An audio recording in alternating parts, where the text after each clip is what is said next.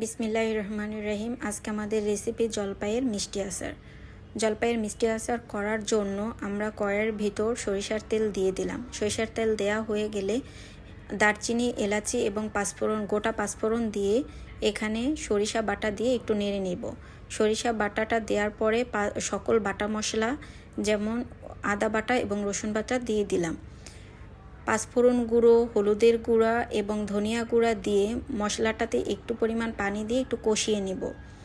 কষানো হয়ে গেলে এখানে একটু ভাজা ভাজা করার জন্য অপেক্ষা করতে হবে। যখন মশলাটা কষানো হবে এখানে ভিনেগার দিয়ে দিতে হবে। ভিনেগারটা দিয়ে অনবরত একটু নেড়ে চেড়ে নেব।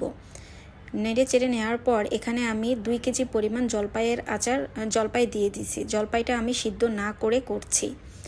2 কেজি জলপাইয়ের জন্য 1 কেজি পরিমাণ চিনি দেওয়া হচ্ছে এবং চিনির সাথে আমরা এখানে মরিচের গুঁড়ো ব্যবহার না করে শুকনো মরিচটাকে ভেজে ব্লেন্ড করে দেয়া হচ্ছে।